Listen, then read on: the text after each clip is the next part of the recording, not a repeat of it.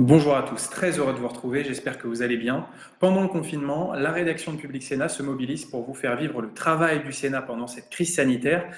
Les sénateurs ont notamment auditionné le PDG de la Poste, Philippe Val, sur la fermeture de nombreux bureaux de poste depuis le début de l'épidémie. Des fermetures qui pénalisent fortement une partie de la population, notamment dans les zones rurales. Le PDG de la Poste a aussi été interrogé sur les dizaines de millions de masques de l'entreprise. Un syndicat accuse le groupe d'avoir caché ce stock. Écoutez les réponses du PDG de la Poste à toutes ces questions. Nous sommes très heureux de pouvoir ce matin vous auditionner, Monsieur le Président, avec le bureau de la Commission des affaires économiques et le bureau de la Commission de l'aménagement du territoire et du développement durable. La Poste, c'est pas vous qui me démentirez, est un acteur majeur de la cohésion des territoires, et la cohésion des territoires est un sujet tout à fait essentiel pour le Sénat et notamment pour la Commission de l'aménagement du territoire que j'ai l'honneur de présider. J'ai d'ailleurs plaisir à rappeler que c'est le Sénat qui a fait inscrire dans la loi de 2010 le fait que le nombre de points de contact ne pourrait pas être inférieur à 17 000. Je m'en souviens puisque j'étais déjà au Sénat et que j'avais co-signé cet amendement en commission. Le plan de continuité des services que vous avez mis en place dès la mise en œuvre du confinement, dans le souci légitime de protéger les agents, a créé un certain nombre de mécontentements et un certain nombre de critiques se sont fait entendre. Sur la forme, on reproche à ce plan de ne pas avoir donné lieu à suffisamment de concertation, notamment auprès des usagers et auprès des élus. Et sur le fond, force est de constater que les mesures mises en œuvre ont créé de grandes difficultés pour les usagers. Le courrier est distribué 3 jours par semaine et qui plus est 3 jours qui se suivent. C'est évidemment un problème pour les particuliers, mais aussi un problème pour les entreprises. À titre d'exemple, je citerai certaines entreprises agricoles qui sont obligées de transmettre des prélèvements dans des délais réglementairement très limités et très stricts. Je pourrais également parler, et d'autres le feront sans doute, des problèmes pour les entreprises du secteur de la presse.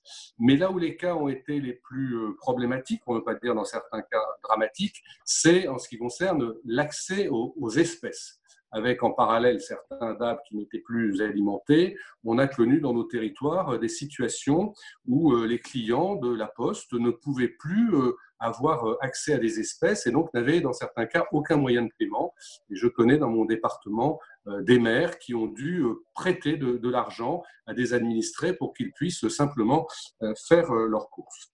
Alors face à cette colère, vous avez la semaine dernière annoncé un certain nombre de mesures que vous allez certainement nous rappeler en augmentant le nombre de bureaux ouverts et notamment le nombre de bureaux ouverts en zone rurale.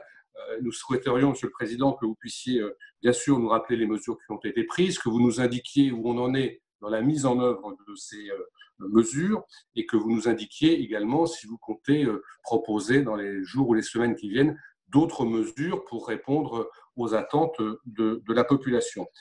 J'indiquerai juste, avant de laisser la parole à Sophie Primas, qu'un grand nombre d'élus de mon département m'ont adressé des mails pour me faire part des problèmes qu'ils rencontrent, sachant qu'aujourd'hui, nous avions l'occasion de vous auditionner. Donc, je ne vais évidemment pas vous faire la liste de tous les problèmes des élus de l'Eure, mais je me permettrai de vous transmettre ces mails à l'issue de cette réunion. Voilà, Monsieur le Président, je laisse tout de suite la parole à Sophie Primas. Merci, Monsieur le Président. Son micro. Très bien. Merci, Monsieur le Président Moret, Monsieur le Président Directeur Général, mes chers collègues. C'est la deuxième fois, cher Président, que nous vous auditionnons depuis le début de l'année, mais c'était le 29 janvier dernier pour le renouvellement de votre mandat, mais c'était au siècle précédent, nous semble-t-il, dans des conditions évidemment très, très différentes. Cela a été dit par mon collègue, le Président Moret, certaines décisions qui ont été prises par le groupe La Poste en début de crise ont été extrêmement mal vécues par l'ensemble de nos concitoyens, par les entreprises et bien sûr par les élus. La Poste était une entreprise chargée de missions de service public, d'intérêt général, auquel les Français sont attachés. Je pense qu'il n'y a pas une seule entreprise en France qui caractérise des territoires et la présence du service public dans les territoires au plus profond que la Poste. Et évidemment, quand la Poste a quelques difficultés, c'est l'ensemble du pays dans sa diversité qui est vraiment en souffrance. Je pense que cette audition est donc essentielle. Elle va vous permettre de répondre à nos interrogations qui reflètent bien sûr celles du terrain. Le président Moret en a cité quelques-unes, les bureaux fermés, la distribution du courrier, les angoisses face au paiement des prestations sociales, l'argent et les liquidités impossibles à gérer, puis la difficulté de distribution du courrier. Monsieur le Président, dans ce que vient de dire le président Moret, nous ne souhaitons pas au cours de cette audition vous accabler, ce n'est pas du tout le sujet, ce ne serait pas du tout efficace, mais effectivement, savoir quelles sont les dispositions que vous avez prises. Je pense qu'ensemble, nous pouvons faire preuve d'humilité par rapport à cette crise, considérant que nous-mêmes, j'allais dire, nous avons dans nos territoires aussi d'autres difficultés. Vous nous expliquerez comment vous entendez concilier vos missions de service public avec la santé des 250 000 postiers. C'est un élément très important pour nous, évidemment. Et je voudrais d'ailleurs saluer au passage Patrick Chaise, qui a réussi le tour de force à faire réunir les commissions départementales en un temps record la semaine dernière. Je vous poserai en introduction deux questions peut-être particulières. Selon quels critères avez-vous défini les activités essentielles des activités non essentielles de la Poste ? Et certains considèrent qu'il y a pu y avoir une certaine inéquité de traitement entre vos missions légales de service public et certaines de vos missions et de vos activités économiques. Et enfin, peut-être une ouverture sur ce que font vos collègues européens. Comment s'en sortent-ils? Comment sont-ils organisés? Y a-t-il de bonnes pratiques dont vous et nous pourrions nous inspirer? Puis, je vais peut-être rajouter une toute petite question d'actualité. On entend beaucoup en ce moment, comme ça nous pourrons l'évacuer. On entend depuis quelques heures et depuis quelques jours des questionnements des syndicats sur un stock de masques dont la Poste disposerait. Peut-être est-ce l'endroit et le moment de nous dire effectivement de quoi il retourne exactement que ce grand stock de masques qui serait disponible et non à la disposition d'autres secteurs d'activité. Voilà, Monsieur le Président, merci encore une fois d'avoir accepté notre invitation. Je rappelle qu'il y a à la fois l'AFP, mais aussi Public Sénat et d'autres journalistes qui sont en ligne aujourd'hui pour écouter votre audition. Et à la fin de cette première partie, peut-être aurons-nous, dans un format plus discret, en tout cas sans journaliste, une conversation. Nous poursuivrons en fait cette conversation pour des questions un petit peu plus pointues. Voilà, je vais vous laisser la parole pour vos propos liminaires. Ensuite, nous donnerons la parole à Marc Denis, Patrick Chaise, Anne-Catherine Loisier et Jean-Michel Houllegatte pour une première partie de questions, et puis l'ensemble des sénateurs présents. Monsieur le Président, c'est à vous. Madame la Présidente, Monsieur le Président, Mesdames les sénatrices, Messieurs les sénateurs, d'abord, je me réjouis de cette audition car c'est dans le dialogue, dans la réponse aux questions que la Poste avance à travers cette crise. Je me réjouis donc de toutes ces interrogations. La Poste est au service de toute la population et vous l'avez dit, Madame la Présidente, et vous aussi, Monsieur le Président, elle est le service public qui accueille et qui va à la rencontre du plus grand nombre de Français sur le territoire. Lorsque la crise sanitaire est arrivée, lorsque les autorités publiques ont pris des décisions de confinement, notre entreprise a évidemment été impactée comme tout le pays.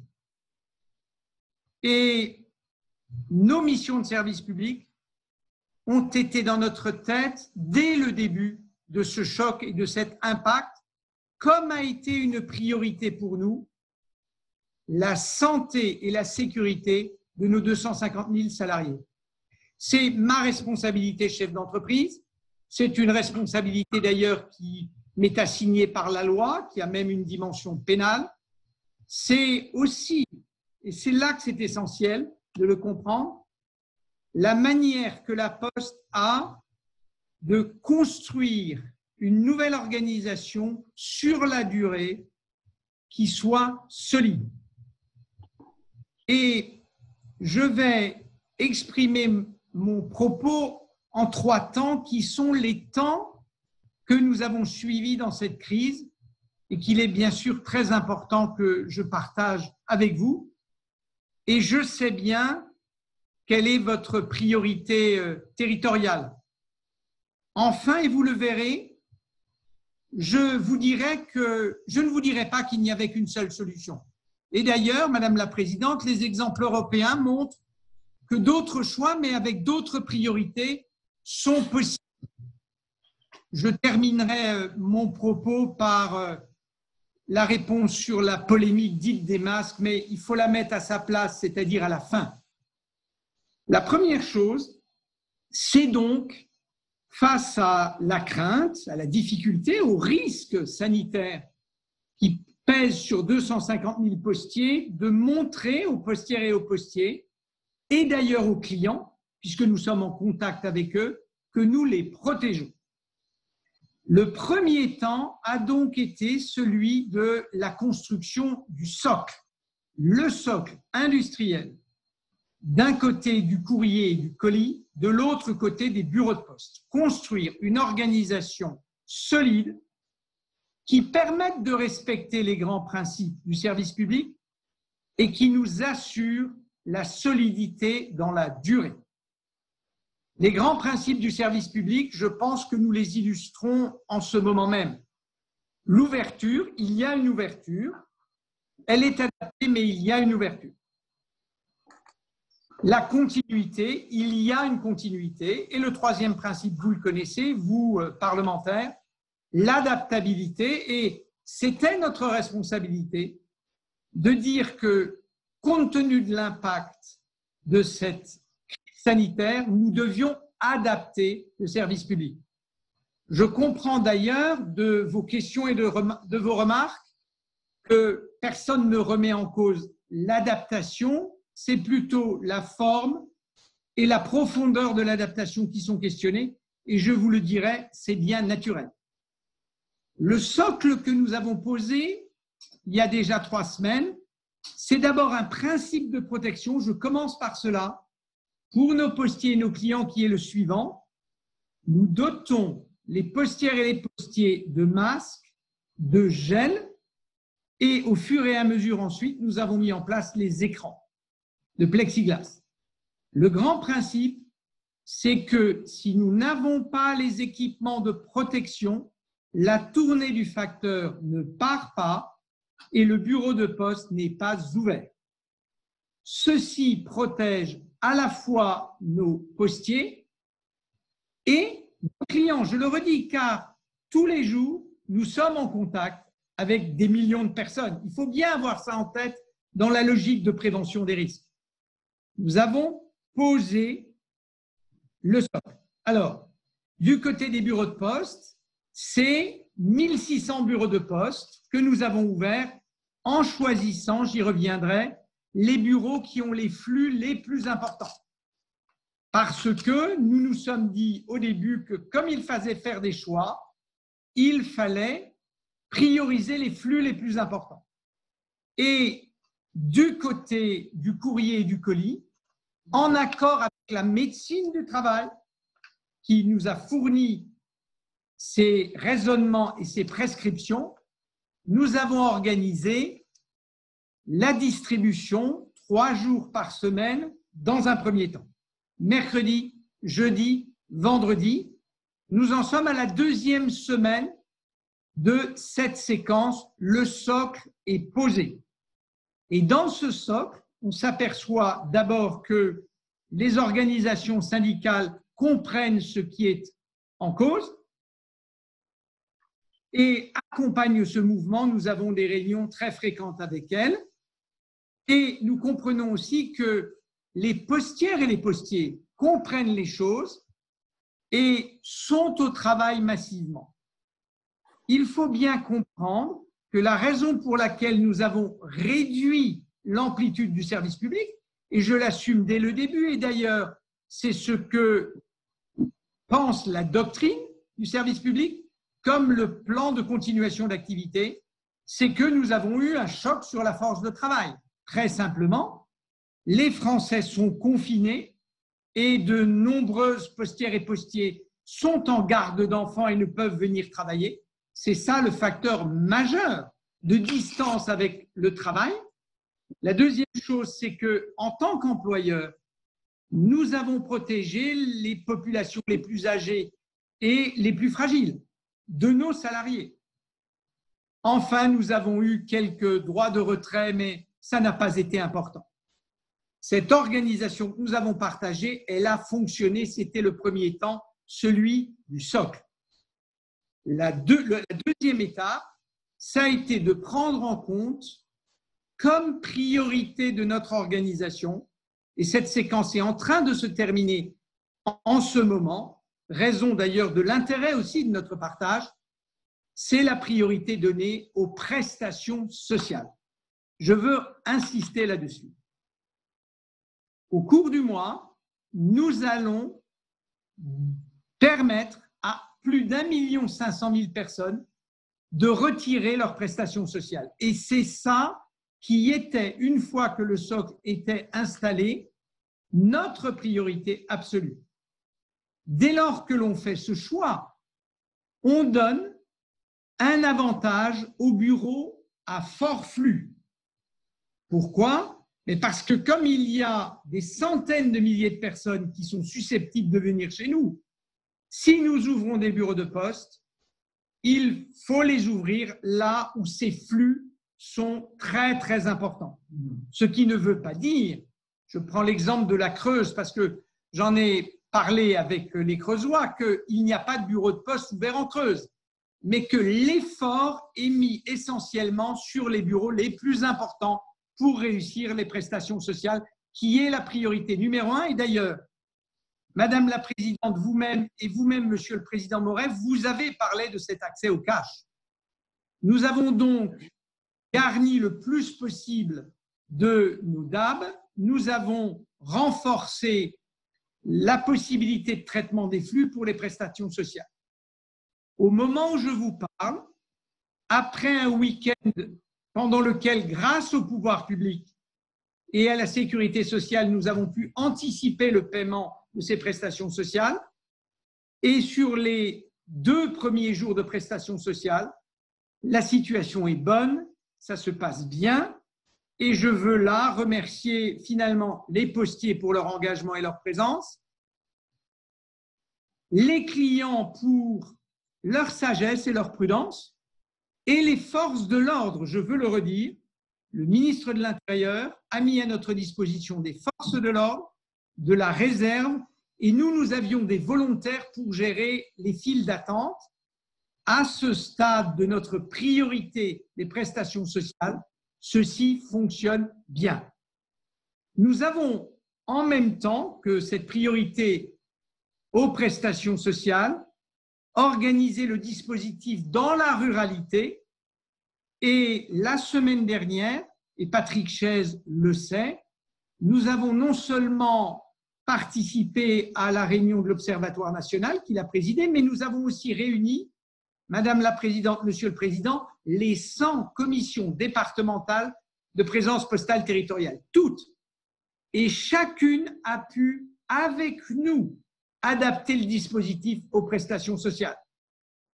Et notamment, peut-être, diminuer les amplitudes de certains bureaux en rural qui étaient les bureaux centres pour montrer de la présence postale aux alentours. C'est le mouvement que nous avons organisé ensemble. Ces prestations sociales sont en train de très bien se dérouler et je le redis, c'est une réussite collective et c'était le choix structurant pour notre réseau. Je vais vous en donner 2 exemples. Le quartier des politiques de la ville. Nous avons un bureau de poste dans chacun des quartiers. Dans chacun des 465 quartiers, il y a un bureau de poste. Nous n'avons pas choisi de les ouvrir tous. Pourquoi ? Parce que dans certaines villes, le bureau centre, qui était pas loin du quartier QPV, pouvait accueillir beaucoup plus de monde Et si on se concentrait sur ce bureau-là, on avait la capacité d'accepter tous les flux. Si on avait choisi un bureau plus petit, on aurait eu des problèmes. C'était donc un choix et une priorité. C'est le moment, Madame la Présidente, où je réponds à votre question sur les autres exemples européens. D'abord, la plupart des postes ont fermé de nombreux bureaux dans le rural. Mais surtout, les postes de Belgique, les postes d'Italie, d'Espagne, parce qu'en Allemagne, il n'y a plus le même système du tout, ont en général gardé plus de bureaux ouverts que nous, mais beaucoup moins longtemps en termes d'amplitude horaire. Or, c'est un choix que nous aurions pu faire. Je reviens sur ma promesse, je ne vous dis pas qu'il n'y avait qu'une solution. Mais si nous avions fait ce choix, nous n'étions pas en mesure, mesdames et messieurs les sénateurs, de répondre à l'incroyable flux lié aux prestations sociales. Et c'est bien parce que cette période des prestations sociales et de leur délivrance est en train de réussir et de se terminer que nous pouvons passer maintenant à une troisième phase qui est celle dont je vais vous parler et qui est d'ailleurs celle dont, dans un communiqué de presse, je m'adresse là aux journalistes, avec l'AFP, nous allons embrayer, si j'ose dire, après cette audition.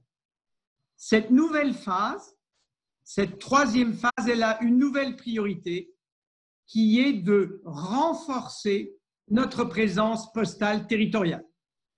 C'est la raison d'ailleurs pour laquelle, dès le début de la semaine prochaine, nous réunirons avec Patrick Chaise à nouveau l'ensemble des 100 commissions départementales de présence postale territoriale. Avec cette fois-ci l'idée d'aller plus loin dans tous les territoires. Et ce point-là est évidemment très important.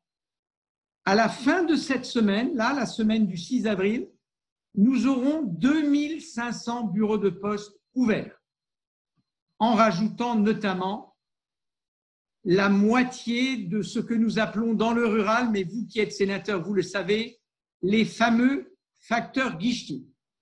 Et l'objectif que nous nous donnons et que nous allons afficher dans le communiqué de presse de tout à l'heure, c'est d'avoir à la fin du mois d'avril 5000 bureaux de poste ouverts. J'ai bien dit 5000 bureaux de poste ouverts. C'est un effort considérable, c'est notre devoir, c'est notre mission de service public. Elle est possible aujourd'hui parce que la séquence prioritaire pour les prestations sociales, pour l'accueil des plus fragiles, qui est la raison d'être de la Poste, est en train de s'achever et de bien se passer. Alors, cette phase, elle va être renforcée. Et si je vais maintenant sur le courrier, le colis, la presse, les objets, nous avons, dès la fin de la semaine dernière, tiré les conclusions des difficultés du côté de la presse quotidienne régionale et nationale, et par exemple recruter 3000 personnes, ce qui fait que sur lundi et mardi, pour les titres de presse qui s'étaient engagés avec nous, c'est une grande moitié, l'autre moitié viendra la semaine prochaine, nous avons été capables sur les 2 jours de servir 9 abonnés sur 10. C'est un vrai succès pour une opération qui a été une opération d'urgence. La semaine prochaine, nous espérons arriver à la même distribution, non pas sur 2 jours, mais sur mardi, puisque le lundi est férié. Et la semaine qui suit, nous aurons une distribution de la presse qui sera normale sur 5 jours, lundi, mardi, mercredi, jeudi, vendredi. Voilà ce que nous avons fait sur la presse. Sur la livraison des colis, et ça me permet, Madame la Présidente et Monsieur le Président, de traiter la question des priorités. Nous avons été capables non seulement de garantir la sécurité et la santé de nos postiers, de nos chronopostiers partout sur le territoire, mais sachez que lors des 3 dernières semaines, nous avons été capables de distribuer 15 millions de colis par Colissimo et 7 millions de colis par Chronopost quand d'autres prestataires arrêtaient tout simplement. Et d'ailleurs, l'une des difficultés que nous avons eues, c'est qu'à ce moment-là, il y a eu des reports sur les colis. Alors, l'une des questions qui est posée par un syndicat, c'est « mais on devrait discriminer les colis ». Mais, mesdames et messieurs les sénateurs, moi, je ne vais pas faire la morale des colis. Je ne sais pas quels sont les bons et les mauvais colis. Une paire de chaussures qui permet aux jeunes soignants de faire du sport le week-end après sa semaine harassante, c'est un bon colis quand même. Donc, voilà comment nous avons défini les choses essentielles. D'abord le cash, je l'ai dit, Madame la Présidente, d'abord le cash, ça a été la priorité absolue. Et ensuite, lettre recommandée qu'on a complètement sécurisée sans signature, et colis parce que les colis sont importants pour l'activité économique de notre pays. Les colis, ça veut dire qu'on aide les entreprises à écouler leur production. C'est ce que nous avons fait. Pour traiter ces colis d'ailleurs, nous mettons en place un nouveau dispositif de retrait de colis en parallèle des 5000 bureaux de poste que nous allons réouvrir et qui va porter sur 1000 points qui pourront servir de retrait au colis en plus de ces 5000 bureaux de poste. Enfin, pour les colis qui sont bloqués à la suite de la fermeture d'un certain nombre de bureaux, ces 30 000 colis-là vont être redistribués.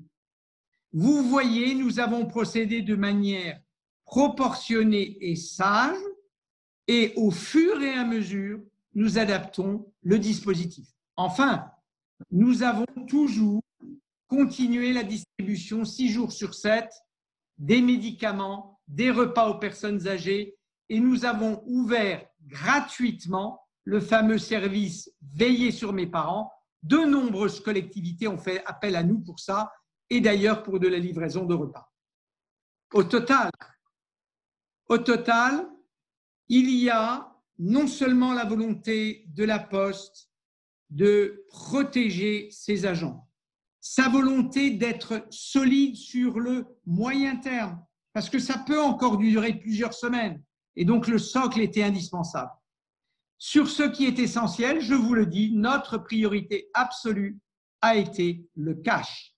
Alors bien sûr, plus en urbain qu'en rural, c'est vrai, mais parce que les zones rurales sont plus lointaines, nous allons d'ailleurs, et nous sommes au travail, avec l'Association des maires de France, car en plus des bureaux de poste qui sont ouverts, aujourd'hui, 800 des 7000 agences postales communales sont ouvertes et nous travaillons avec l'AMF et François Baroin pour en ouvrir d'autres, ce qui passe par 2 décisions. La décision du maire d'ouvrir à temps très partiel pour les affaires postales sa mairie et évidemment la décision et l'engagement de la Poste de lui fournir, comme pour les postiers, le matériel de protection et le cash nécessaire. Voilà l'adaptation dans laquelle nous sommes parce que nous cherchons en permanence à garantir le service public. Peut-être dernière chose, car vous aurez de nombreuses questions à me poser et je m'en réjouis. Le bruit sur le stock de masques. Écoutez, les choses sont extrêmement simples. La Poste est un opérateur d'importance vitale pour notre pays.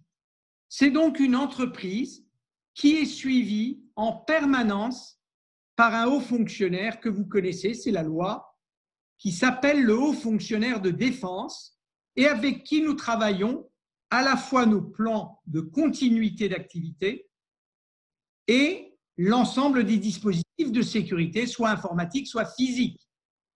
Il y a donc, et ça n'est pas un secret, il y a donc un stock stratégique de masques à la Poste.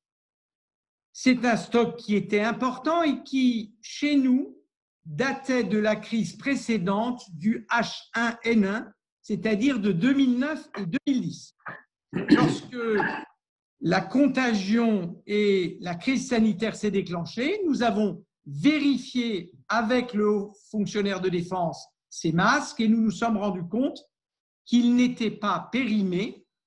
C'est la raison pour laquelle nous les avons envoyés en masse dans nos plus de 5000 lieux. Donc, ces masques qui sont partis dans les lieux, il n'y a rien de secret dans tout ça. D'ailleurs, lors d'un comité national de sécurité et de santé au travail, toutes les organisations syndicales, le 25 janvier dernier, savaient qu'il y avait énormément de masques. Ce qui, de mon point de vue, pour le rôle qui est le nôtre, et sachant que nous sommes 250 000, avec donc une consommation hebdomadaire de masques extrêmement élevée, doit être rassurant. Enfin, sous le contrôle du haut-commissaire de défense, nous avons décidé en tant qu'entreprise citoyenne de donner un coup de main à d'autres institutions dès le début de la crise, sans faire un 20 heures de TF1 ou de France 2. Nous avons adressé plus d'1 million de masques à l'AP-HP, Assistance publique Hôpitaux de Paris. Nous en avons, à la demande de la RATP et de sa présidente, adressé 500 000 à la RATP pour ses conducteurs de métro et de bus. Nous avons, je vous dis tout, dans un échange entre gel contre masque, envoyé plus de 530 000 masques à Intermarché pour nous-mêmes avoir du gel, car ils avaient plus de gel.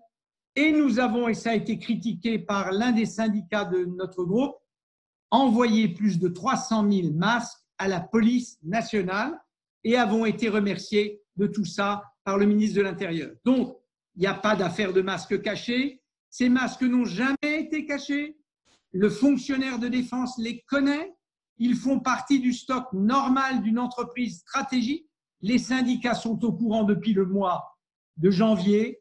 Je m'étonne donc, et je ne le comprends pas, du surgissement spontané de cette polémique. Voilà pour la polémique.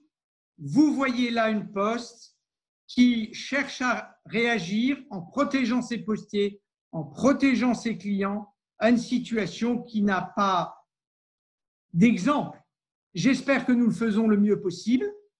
Si j'en crois les remarques de la Commission supérieure du numérique et des postes qui nous a audités, avec qui nous avons travaillé, c'est le sentiment de ces parlementaires. Je reconnais et j'assume comme conséquence de nos priorités que pendant la phase de priorité au cash et aux prestations sociales, le secteur rural n'a pas toujours été approvisionné, d'où l'ouverture de ce nouveau temps pour nous, où nous avons besoin de vous les élus, où nous travaillons avec l'AMF dès demain à nouveau pour élargir l'ouverture des APC et où, dès la semaine prochaine, nous travaillerons avec tous les élus en département. Voilà. Je pense que je vous ai donné les éléments centraux. Être fidèle à notre mission, être un employeur responsable en protégeant nos salariés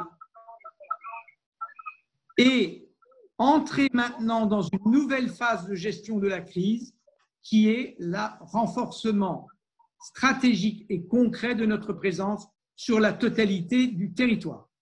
Voilà, merci à tous de m'avoir écouté. Je suis évidemment très attentif aux questions que vous allez me poser. Merci beaucoup. Merci beaucoup, Monsieur le Président. Nous avons donc une première salve de questions et nous allons commencer par Marc Donis. J'avoue que c'était un petit miracle de l'avoir parce qu'on a eu quelques difficultés. On a encore de connexion de nos collègues. Marc Donis et ensuite Patrick Chaise. Merci Madame la Présidente. J'ai enfin réussi à me connecter à l'instant, un vrai bonheur. Monsieur le Président, merci, chers collègues, bonjour. Je suis désolé, je n'ai pas entendu les propos liminaires, donc je vais commencer à poser ma question avec une petite gêne, à savoir qu'est-ce qui a été dit précédemment. Monsieur le Président, vous l'aurez compris, on a un sentiment en tant qu'élus parlementaires, mais aussi élus locaux, les entreprises aussi partenaires de la Poste, nos concitoyens, que c'est celui d'une impuissance face à des décisions qui sont apparues unilatérales et imposées d'en haut. Il y a eu cette notion de partenariat avec les collectivités territoriales qui a été un peu dénaturée.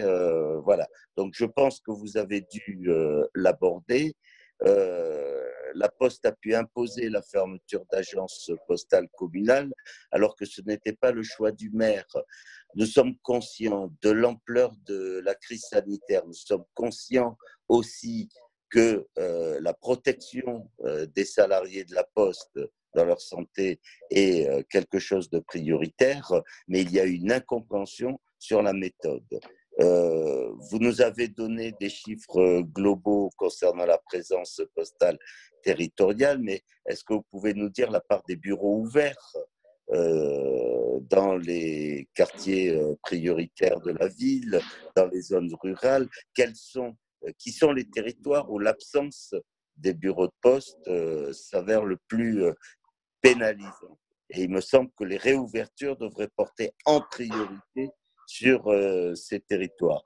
Par ailleurs, quels critères avez-vous retenu initialement pour déterminer, je le disais avec une absence de concertation, les bureaux de poste qui seraient ouverts, lesquels ne le seraient pas? Certains collègues nous ont fait état de ce que dans les bureaux de poste ouverts, tous les services ne l'étaient pas forcément. Quand un usager se rend sur le site internet de la Poste, comment peut-il savoir si le bureau de poste qu'il voit comme ouvert fournit bien tous les services d'un bureau de poste? Et puis enfin, il y a la question de la nécessité d'un plan de continuité de l'activité en cas de déstabilisation du pays. Est-ce qu'il ne serait pas intéressant, et ça a été vu aussi lors de l'audition qu'on a eue de l'AMF, est-ce qu'il ne serait pas intéressant qu'un tel plan de continuité puisse, par exemple, être mis dans le contrat de présence postale territoriale, afin que nous puissions construire ensemble un cadre adapté à des circonstances exceptionnelles. J'ai essayé de ne pas être trop long, Madame la Présidente, par respect pour nos collègues, aux nombreuses questions et par rapport aux consignes que vous nous avez transmises. Président Moret. Le président Val va peut-être répondre. Mais on ne vous entend plus, Président. Président Val a fermé son micro. Débranchez votre micro. Ça y est, voilà. Est-ce que vous m'entendez là? Oui, oui, absolument. Bon, ça me rassure. Allez-y, Monsieur le Président. Alors, Monsieur le sénateur Denis, ce qui est un peu, c'est que j'ai déjà répondu, me semble-t-il, à une de vos interrogations, mais peut-être je vais réagir aux angles particuliers que vous avez choisis. D'abord, sur la non-concertation. Nous avons partagé ça très vite avec nos interlocuteurs publics. Et la responsabilité du chef d'entreprise par rapport à la sécurité de son personnel a été notre priorité. Certes. Mais c'est très important. Et d'ailleurs, monsieur le sénateur, vous l'avez indiqué, les maires eux-mêmes employeurs, les maires eux-mêmes en tant qu'employeurs, les maires eux-mêmes en tant qu'employeurs ont donné la priorité à la protection de leurs salariés et ont fermé de très nombreuses mairies. De ce point de vue, j'ai appelé avec réussite d'ailleurs à un dialogue et un travail avec l'AMF et nous avons eu dès la semaine dernière une réunion avec François Baron et toute son équipe où on s'est dit les choses et où nous avons dit si un maire souhaite ouvrir son bureau de poste et son point de postal, alors ce sera à nous d'apporter du cash. Donc voilà, il ne faut pas… Nous sommes des partenaires, nous avons essayé de jouer ensemble. La semaine dernière, monsieur le sénateur, dans les 100 départements, il y a eu la réunion des commissions départementales de présence territoriale. Il faut simplement se mettre dans la tête que la première responsabilité d'un chef d'entreprise, c'est d'organiser son activité. Et ça, c'est une fois qu'on a posé les principes de l'organisation, qu'on les discute et bien sûr qu'on les adapte. Et monsieur le sénateur, dans une entreprise comme La Poste, avec 250 000 personnes, plus de 20 000 localisations, parce qu'il y a, le président Moret en a parlé, les fameux 17 000 points qui sont dans la loi, mais il y en a au moins 6 ou 7 000 en plus, qui ne sont pas des bureaux de poste. Cette complexité-là fait que, je ne vous le cache pas, monsieur le sénateur, il nous a fallu une semaine pour mettre ça en place, avec derrière la logistique de la sécurité pour le personnel.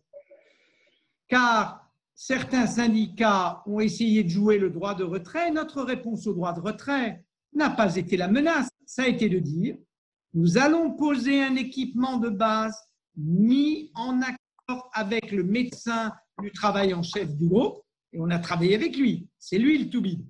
Et si cet équipement de sécurité n'est pas en place, il n'y aura pas de service. Donc, voilà, l'entreprise a pris ses responsabilités, elle a ensuite dialogué avec les élus, et j'y reviens, monsieur le sénateur de Nice, puisque vous n'avez pas assisté à la première partie, la priorité, une fois que le socle était en place, ça a été le cash et les prestations sociales. Alors, dans le dispositif mis en place, c'est vrai que les grandes villes étaient bien mieux couvertes que les campagnes. Et je ne vous parle pas par hasard de la Creuse, car dans la discussion ouverte d'ailleurs avec l'AMF, en fonction de notre socle, nous nous sommes rendus compte que la Creuse était le département qui était le moins proche des lieux postaux. Nous nous en sommes expliqués avec les élus.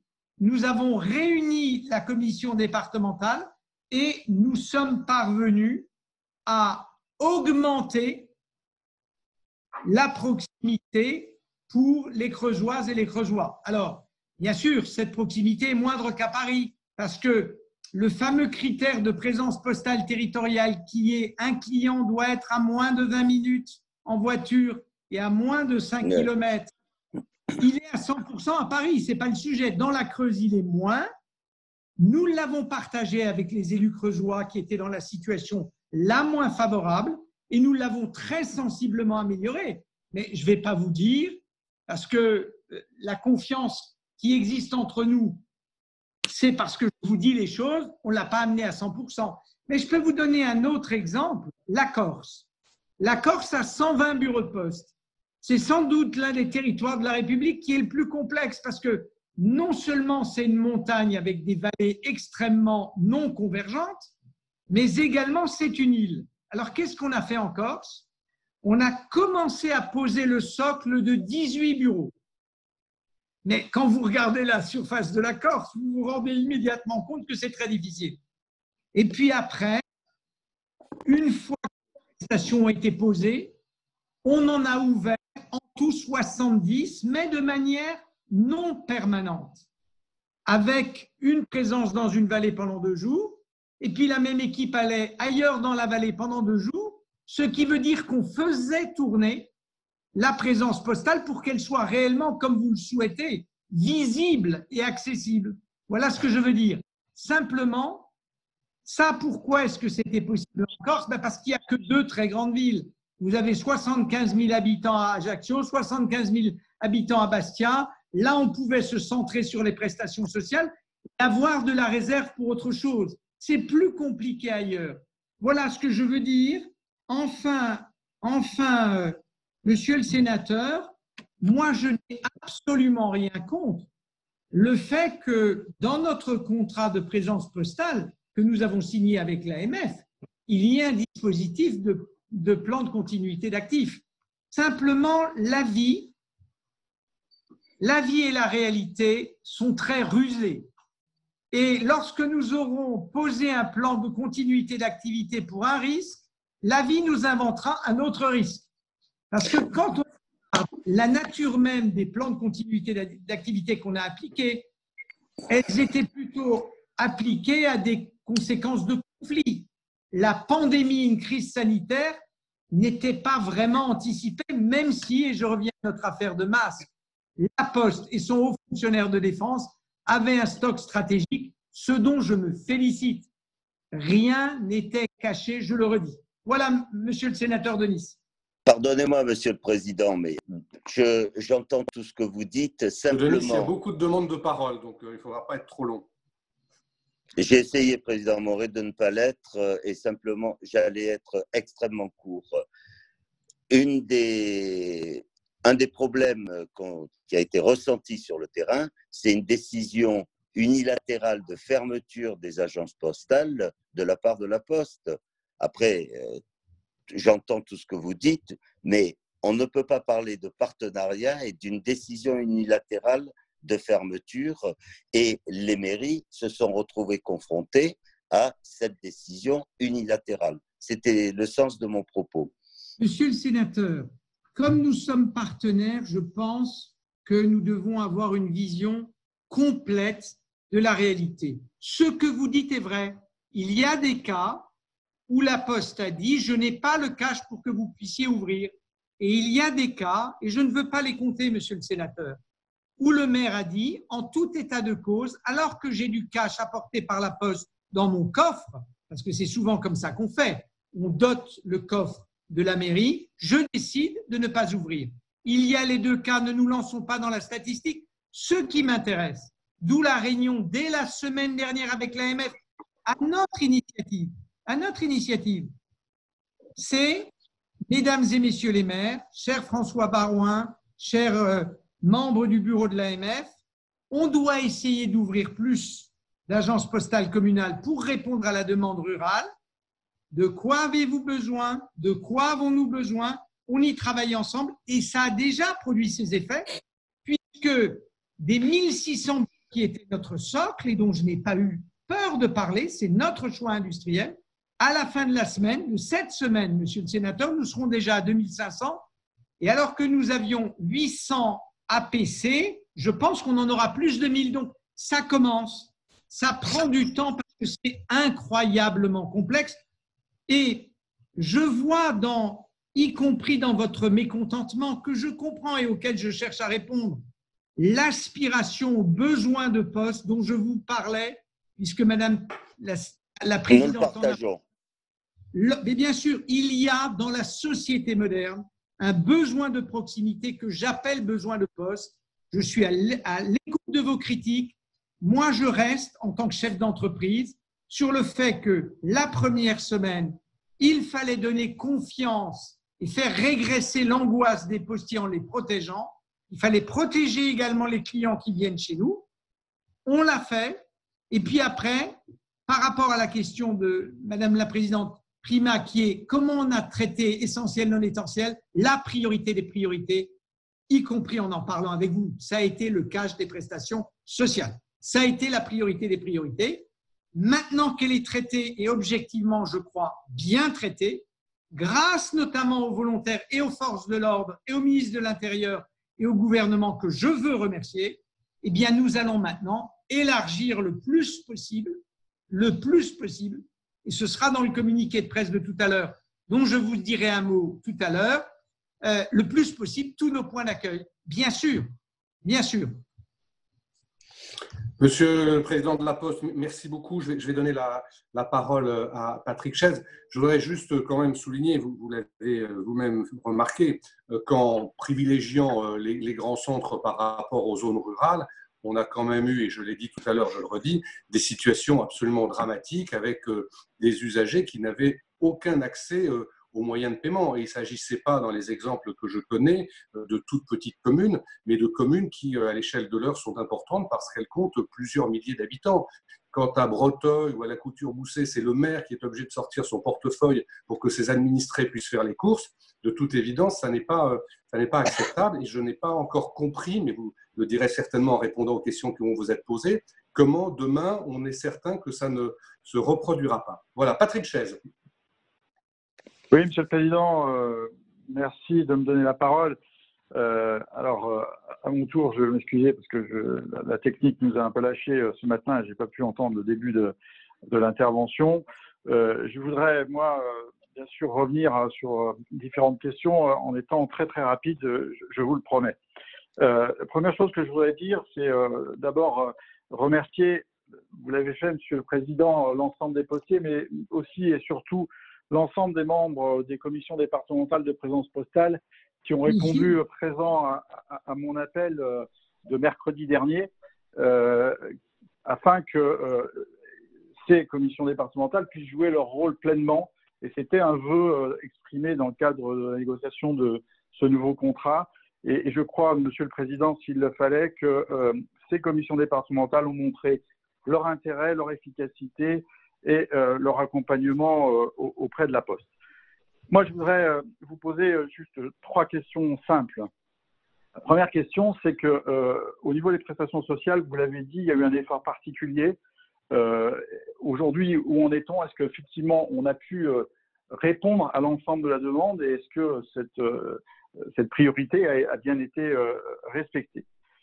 La deuxième question concerne les distributeurs automatiques de billets où, si mes informations sont bonnes, à peu près 70%, 75% des distributeurs sont alimentés.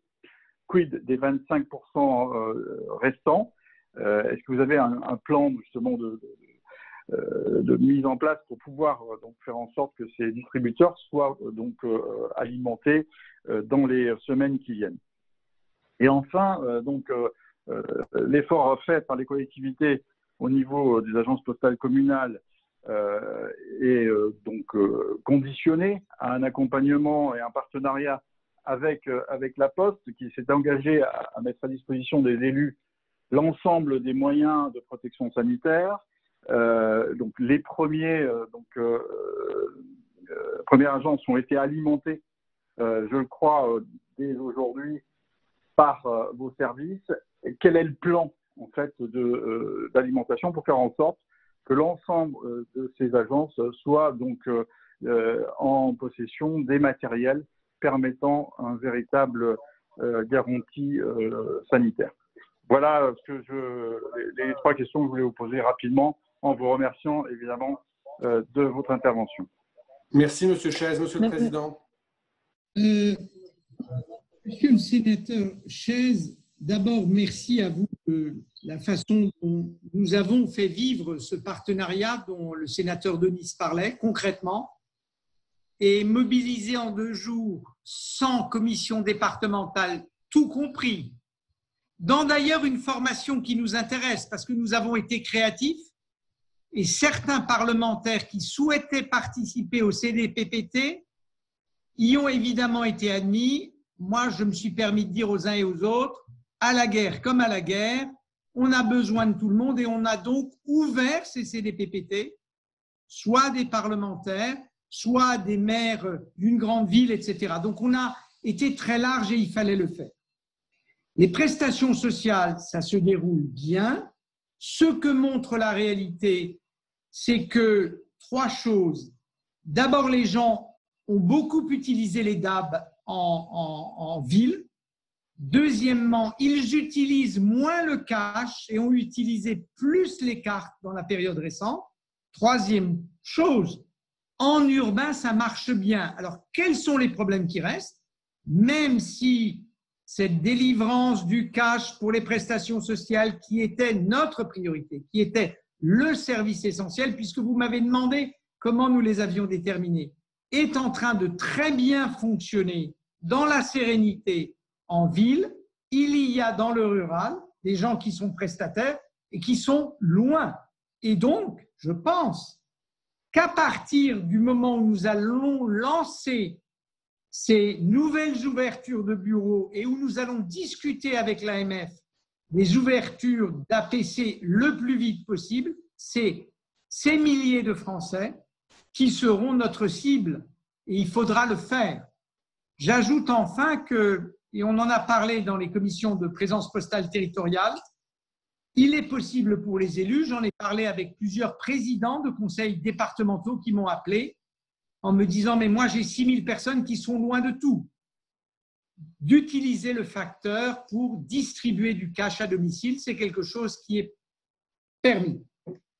Sur les DAB, monsieur le sénateur Chaise, vous avez raison, il y en a plus de 70% qui sont en fonctionnement, ils ont bien tenu. Il y a eu 2 dégradations sur les 4 derniers jours, ce qui veut dire que ce n'est pas beaucoup. Voilà. Comment on va faire pour les autres? Eh bien, pour les autres, je vous suggère, c'est à partager avec vous, qu'on sépare les communes en 2.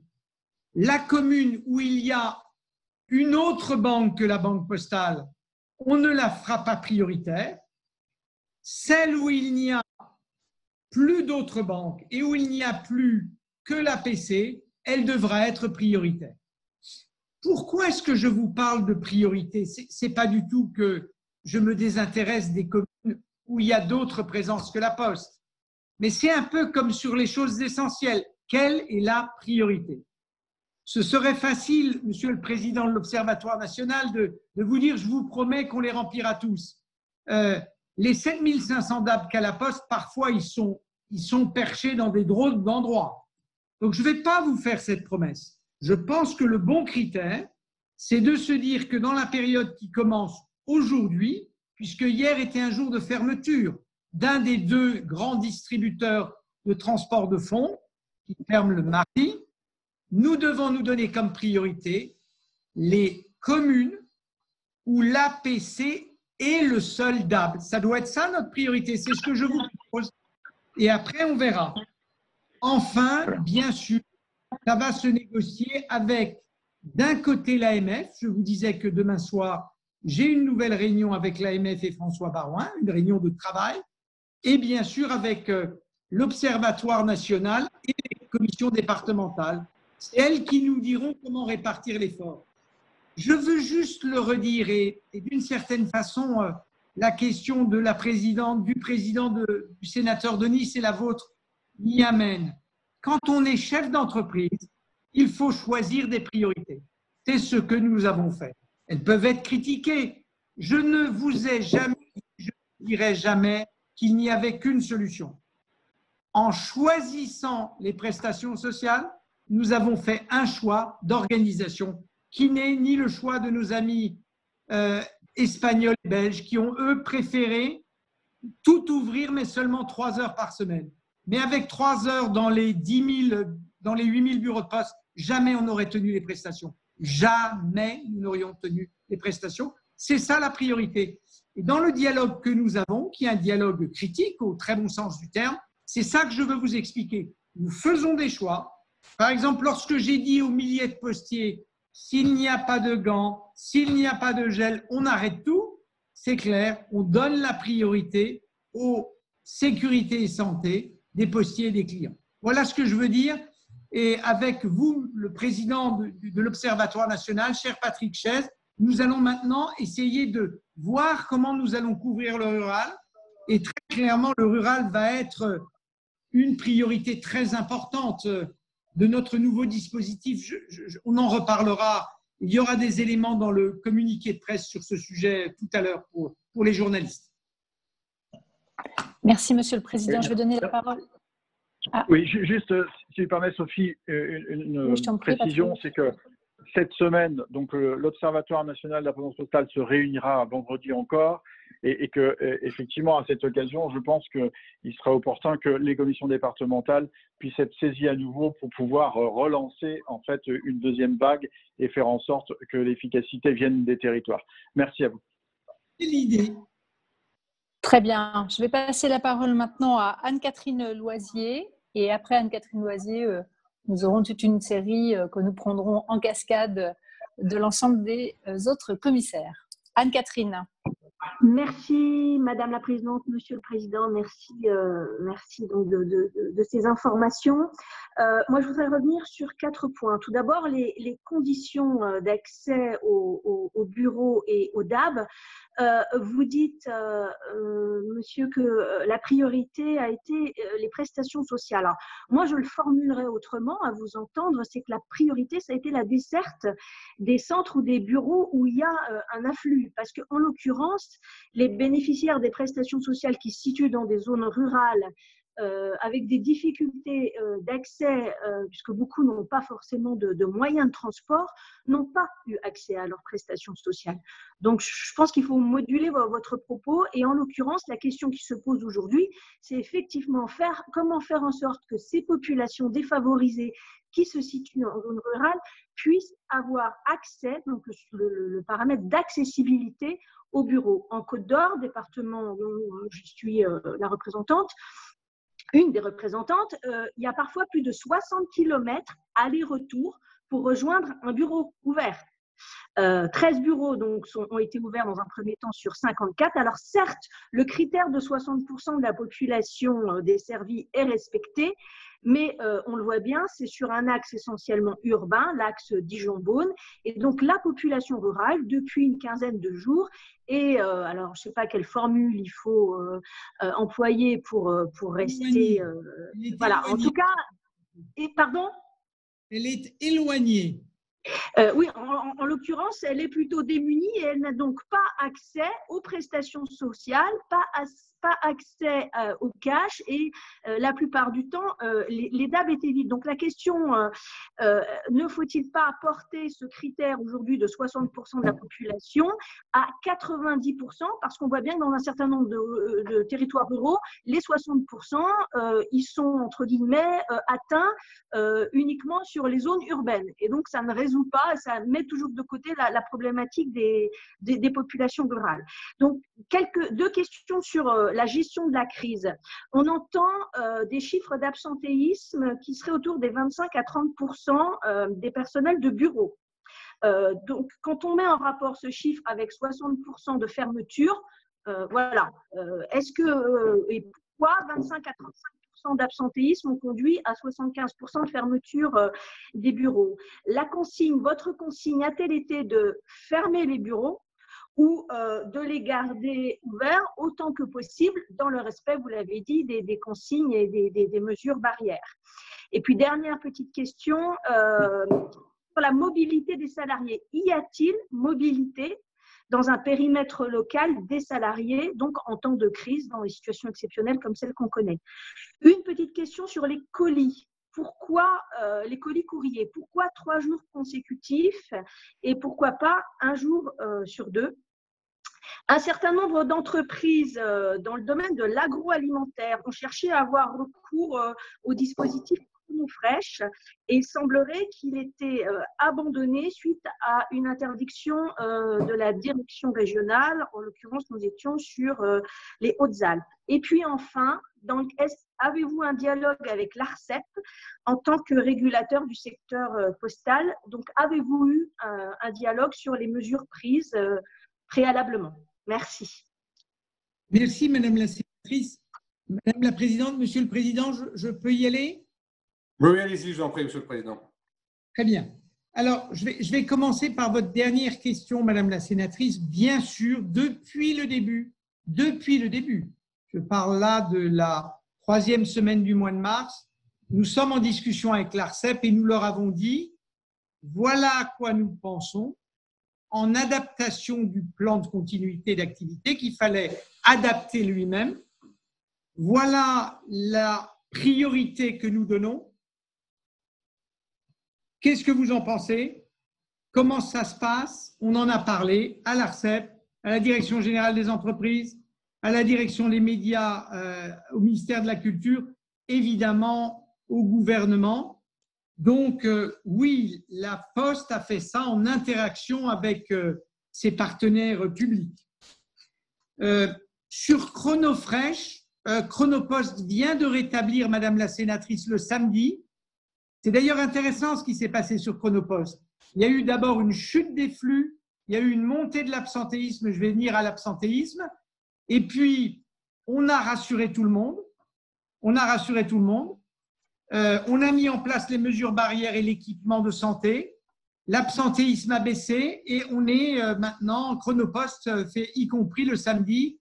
Dans les centres urbains, Chronopost ne fait pas encore le dimanche, mais fait le samedi, donc ça marche. Alors, la question de l'absentéisme et finalement des salariés. D'abord, les salariés sont mobiles dans une zone, évidemment. Je vous donnais tout à l'heure l'exemple de la Corse. Il n'a été possible de passer du socle de 18 bureaux au dispositif avec permanence tournante dans les vallées de 70 au tout que parce qu'on a organisé la mobilité. Et il en sera de même en Côte d'Or dans les jours et les semaines à venir. Bien sûr, on fait de la mobilité avec le personnel. Peut-être un point sur cet absentéisme. L'absentéisme, il est différent selon les métiers et selon les régions. Selon les métiers d'abord, l'absentéisme est supérieur dans les bureaux par rapport à la population des factrices et des facteurs, car le sujet de la garde d'enfants, dont j'ai parlé dès mon introduction, le sujet numéro 1 de la population des postières et des postiers en bureau, que ce soit rural ou urbain. De ce point de vue d'ailleurs, le premier choc sur la force de travail de la Poste, on parle de 250 000 personnes, il vient de l'absentéisme lié au confinement et à la garde d'enfants. Nous discutons donc dans certains territoires avec les préfets pour obtenir une libération de cette force de travail. Enfin, et je l'ai assumé dès le début, et j'ai vu un cas dans l'un des centres courrier et colis dans lequel je suis allé à Paris, il y a des personnels fragiles ou âgés à qui nous avons dit on vous sort du travail. On vous sort du travail. J'ai visité un centre de courrier il y a 15 jours à Bonvin, dans le 15e, qui est le centre qui dessert l'Assemblée nationale. Le Sénat, quant à lui, est desservi par le centre Pasteur. Je vais bientôt lui rendre une visite aussi. Eh bien, dans ce centre Bonvin, il y a des facteurs très connus qui sont depuis des dizaines d'années et à qui on a dit vous avez des faiblesses respiratoires, vous avez un diabète, tu es fragile, tu restes à la maison. Voilà ce qu'on peut dire. Donc, les postiers sont des Françaises et des Français comme les autres. Ils ont des enfants. Le confinement et la garde d'enfants est le facteur numéro un d'absentéisme. Enfin, il y a une chose très importante, Madame la sénatrice, et votre question appelle cette réponse. Comment est-ce qu'on passe d'un absentéisme de 20% chez les facteurs, 35%, parfois 40% dans les zones urbaines, à cause de la garde d'enfants, à une concentration qui est au début 1 bureau sur 5, 1 bureau sur 3. Si nous voulons tenir dans la durée, un bureau de poste ne fonctionne jamais qu'avec la moitié de son équipe. Je m'explique. Prenons l'exemple d'un bureau où il y a 6 personnes qui peuvent accueillir le public. Eh bien, notre décision industrielle, c'est en permanence qu'il n'y ait que 3 personnes. Et vous allez voir pourquoi. Alors, bien sûr, ça baisse le flux qui peut être accueilli, c'est clair. Simplement, et ça nous est arrivé très souvent, Madame la sénatrice, sur nos milliers de points, s'il y a une suspicion de coronavirus ou que l'un des postiers est affecté du coronavirus, ce qui nous arrive à tous, ça veut dire que si vous êtes à 6, les 5 autres sont confinés. Si vous êtes à 3, vous avez un dispositif incroyablement plus stable, qui est que si l'un est confiné, si l'un est malade ou a des suspicions, il n'y en a que 2 qui se retirent et hop, on peut continuer à faire tourner le bureau.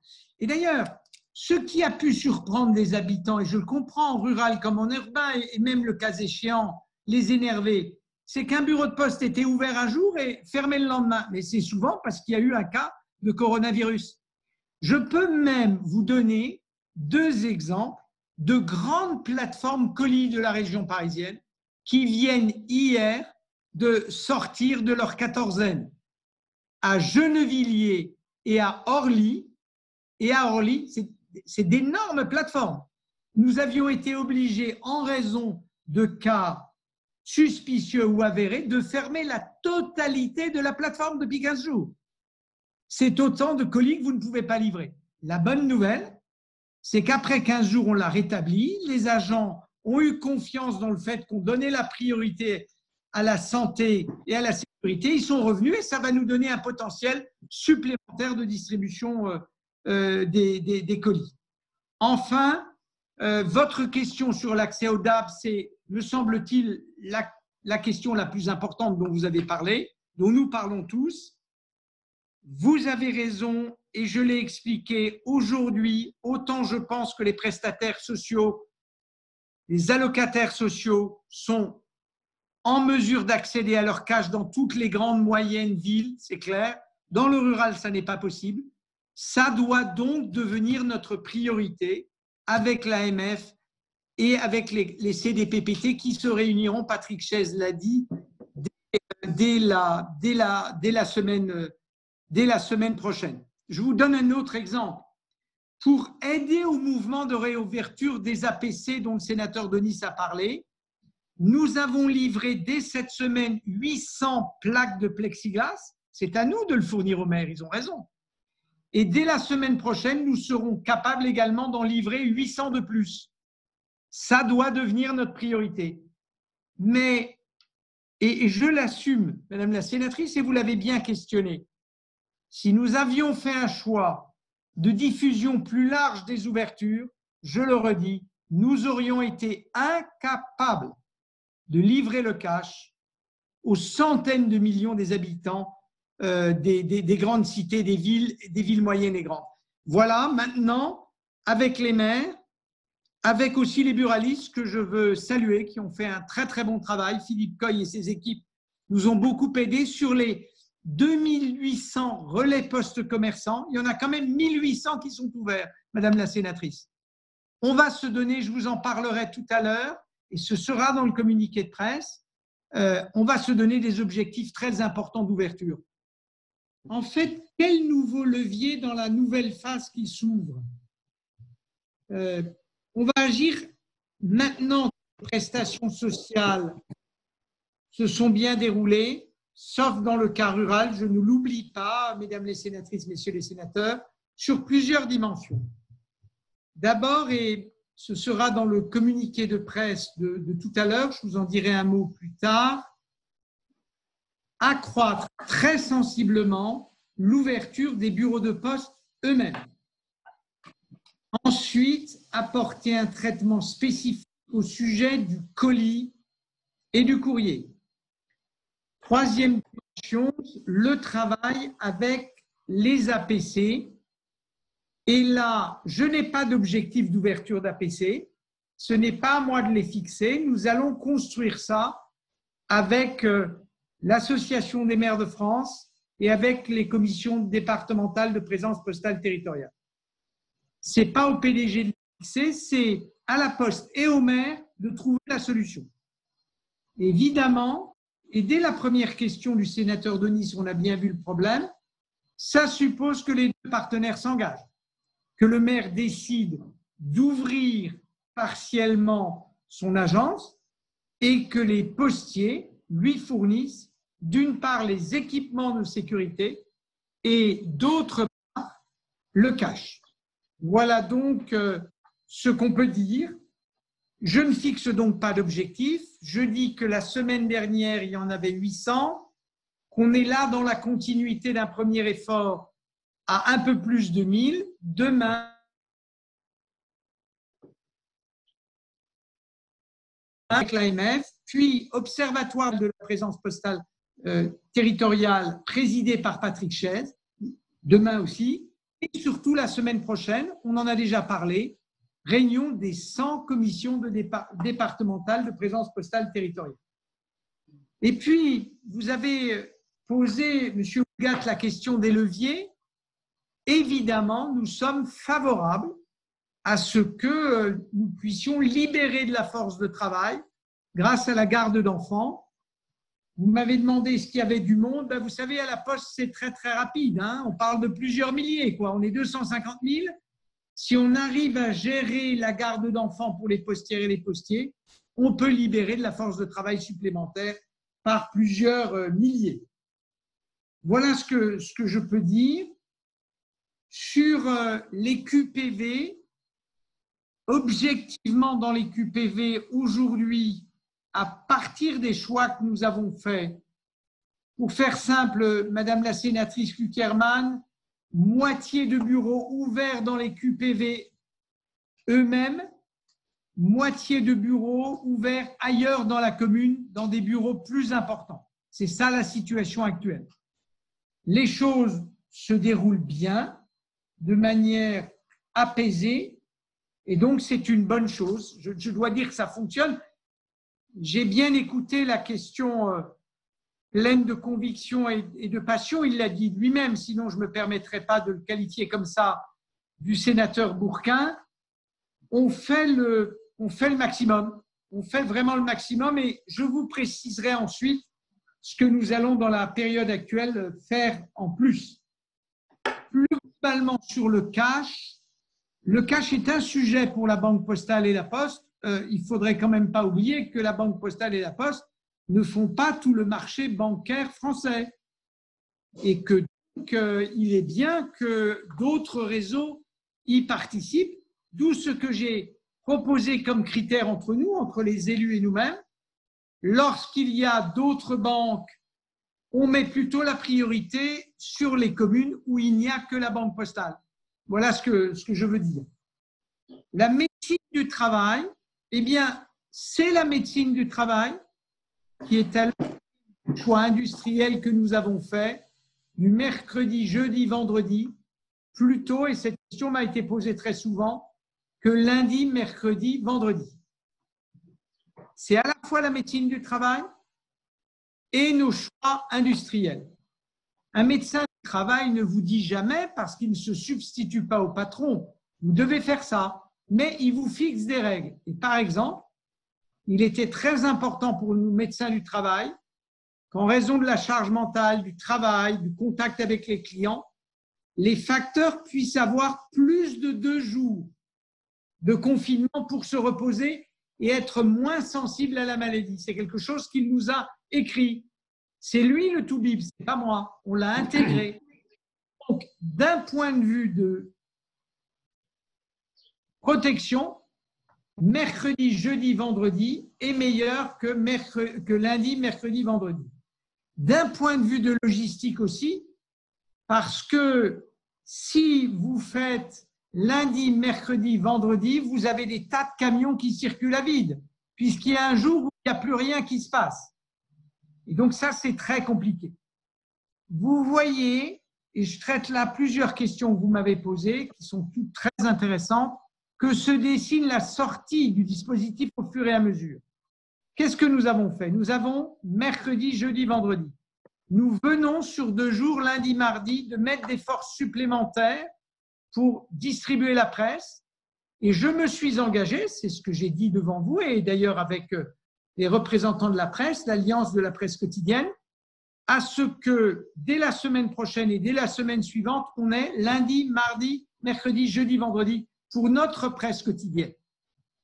Dès lors qu'on aura installé ces moyens supplémentaires pour le lundi et le mardi, ils vont commencer doucement à emporter des colis et du courrier. Et nous dessinons à terme, mais il faut d'abord attendre pic épidémique, situation sanitaire globale du pays, on s'y inscrit quand même. Nous dessinons à terme un engagement que je ne peux pas prendre et une date que je ne peux pas prendre, mais le passage de nouveau à 4 jours et puis au-delà à 5 jours. J'insiste beaucoup, mesdames et messieurs les sénateurs. La Poste est une institution, une entreprise qui est clé pour le pays. Je le mesure encore plus aujourd'hui dans notre discussion.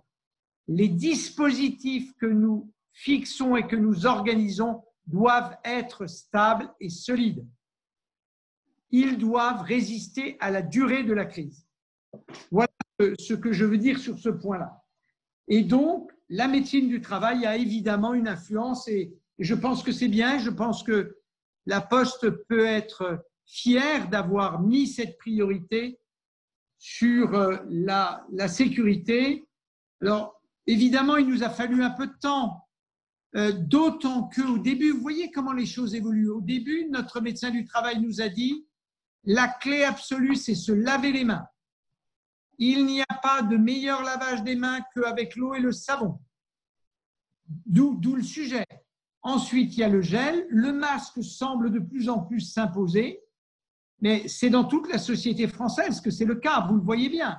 Et donc, c'est ça qu'on a essayé de suivre et voilà, qu'on a mis en place. Donc, c'est plus stable, c'est mieux pour la santé, c'est plus efficace de faire mercredi, jeudi, vendredi. Dès que nous pourrons rétablir 4, 8, 15, 5 jours, nous le ferons. Et évidemment, mesdames et messieurs les sénateurs, je pense que vous y serez très sensibles. Vous avez fait référence à un article d'un banquier qui aurait dit que le service public était mis à mal. Je ne sais pas si c'est le même que celui que j'ai lu, mais il souhaitait aussi qu'on licencie beaucoup plus de postiers et qu'on comprime beaucoup plus les effectifs. Il faut m'expliquer comment on garde un secteur public, un service public qui fonctionne si on est à lancer des plans sociaux dans tous les sens. Mais peut-être que l'expérience du management lui manque pour faire ce genre de prescription. Sur la Dordogne, monsieur le sénateur Berry-Débat, je crois que sur le cash, il y a cet effort général que nous devons faire avec les maires maintenant. C'est la nouvelle phase dans laquelle nous rentrons. Mieux nourrir en cash nos bureaux de poste et partager la question du cash avec les maires dans le cadre des agences postales communales. Je rappelle que dans les relais postes commerçants, 1800 sont ouverts, on peut retirer 150 € de cash chaque jour, par semaine. Par semaine, mais voilà, c'est par personne et par semaine. Donc, c'est aussi une possibilité, je pense, Madame la sénatrice Tocqueville, par rapport aux questions que vous posiez. Quand il y a un relais poste et notamment un buraliste qui est ouvert, on peut, par personne, en tant que client, retirer 150 €. C'est un début de solution. Monsieur le sénateur Berry-Débat, vous avez aussi posé la question du droit de retrait. Il est très focalisé sur certaines positions syndicales. Il me semble que les choses, je viens de le faire vérifier avant de vous répondre, sont en train de bouger sur Sarlat dans le bureau de poste, que les droits de retrait vont être traités de toute façon à partir du moment où le médecin du travail et les conditions de sécurité existent. Il n'est plus complètement légitime, ce droit de retrait. Voilà, donc on va traiter les problèmes. Ce droit de retrait est resté marginal, ce qui montre bien que les bonnes mesures de protection ont été prises. Évidemment, nous allons, par rapport aux Vosges, vous avez posé les questions, nous sommes en train de distribuer les chèques énergie, on va les distribuer à tout le monde. Je vous rappelle que ce mercredi est un jour de distribution du courrier et des colis, donc c'est en cours. Il y en a 5 millions qui nous ont été confiés par Madame la ministre Borne et nous allons les distribuer à tous les Françaises et à tous les Français. Évidemment, les CDPPT permettent de donner la main au territoire par rapport à la question, sénateur Grémillet, que vous avez posée. Les responsables locaux de la Poste ont le pouvoir, ils ont la responsabilité, ils le font. Je vous ai donné l'exemple de la Corse, c'est un excellent exemple. Ils ont adapté la situation, ils continueront à le faire. Sur les boîtes jaunes, alors sur les boîtes jaunes, on les ferme, on en a fermé certaines, quand on s'est rendu compte que on n'arrivait pas à les servir. Donc, il n'y a rien de pire que d'être dans la situation où on laisse une boîte qu'elle est remplie et qu'on ne peut pas la servir. Donc, la relève est liée à la distribution. Là, aujourd'hui, demain, après-demain, on va en masse relever les boîtes jaunes et on va partager la cartographie avec les maires. Plus de 2/3 de nos boîtes jaunes sont actives. Mais c'est vrai, Madame la sénatrice, Monsieur le sénateur, qu'on en a obturé certaines avec du scotch, mais c'est la bonne chose à faire dès lors qu'elle n'est pas sur la tournée et qu'on ne peut pas la relever. Il ne faut pas induire les gens en erreur. Donc, on essaye chaque fois d'être responsable. J'ai noté du sénateur Bourquin le besoin de la Poste. Il nous honore. Je pense que dans l'après-crise, le sénateur Longeau, on en a également parlé, nous devons construire la proximité humaine. Vous m'avez entendu très souvent sur ce sujet. J'ai peut-être même radoté en revenant sans arrêt. La crise le prouve. Nous essayons de le faire le mieux possible avec les moyens que nous avons. Je vous redis que nous avons une baisse sensible, comme d'autres entreprises, de la force de travail, tout simplement. Et ce que nous ferons avec les APC sera évidemment avec un engagement de notre part d'apporter du cash et des moyens de protection. Nous avons mis, c'était une question du sénateur Goutard, nous avons mis fin à la distribution de la publicité dès le premier jour. Voilà, et mis cette filiale en chômage partiel à 100%. Il n'y a pas de prime qui pousse à des risques. Nous ne distribuons pas quand il y a des risques. C'est ça le principe. Enfin, sur l'information des élus, j'ai eu l'occasion aussi d'adresser 2 lettres aux parlementaires, c'est-à-dire à vous-même, pour vous expliquer comment on était en train de faire. Sur le soutien à l'économie, qui était une question posée également, nous sommes la banque des collectivités locales, nous allons continuer à l'être. Je note que certains établissements bancaires sont en train de se retirer de ce marché. Monsieur le sénateur, nous y sommes, nous y restons, nous sommes le leader. La Banque postale, sous la conduite de Rémi Weber, met en place des milliers de prêts garantis par l'État pour les professionnels et les PME. Monsieur le sénateur Fouché, je sais que c'était une préoccupation pour vous. Donc, elle fait le travail. Enfin, et peut-être est-ce important pour vous et vos maires, si j'ose dire, nous avons une application Ma Ville, Mon Shopping qui sert de base e-commerce à des petits commerçants. Elle est à disposition de tous et elle est le moyen pour un petit commerçant de poursuivre son activité, même s'il a fermé, parce que s'il n'est pas un commerce de bouche, il a fermé. Ça marche extrêmement bien. Les dividendes, écoutez, dans la phase actuelle, la priorité doit être donnée à la reconstruction du potentiel économique et industriel du pays. Nous-mêmes, nous discutons avec nos 2 grands actionnaires, la Caisse des dépôts et consignations, qui est à nos côtés d'une façon formidable, solide, confiante, et l'État qui est dans la même situation, de ce que nous ferons du dividende. En tout état de cause, la Banque postale va rester le leader du financement des collectivités locales.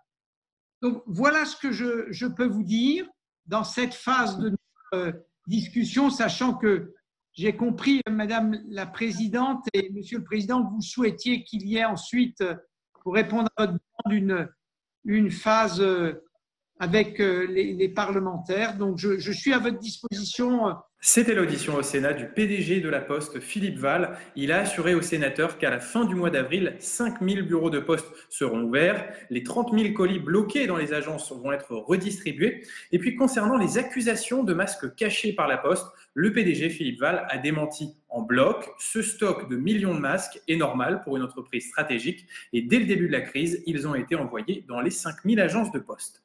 Voilà, c'est la fin de cette émission. Continuez à vous informer sur cette crise sanitaire sur notre site internet publicsénat.fr. Je vous souhaite une très bonne journée sur Public Sénat.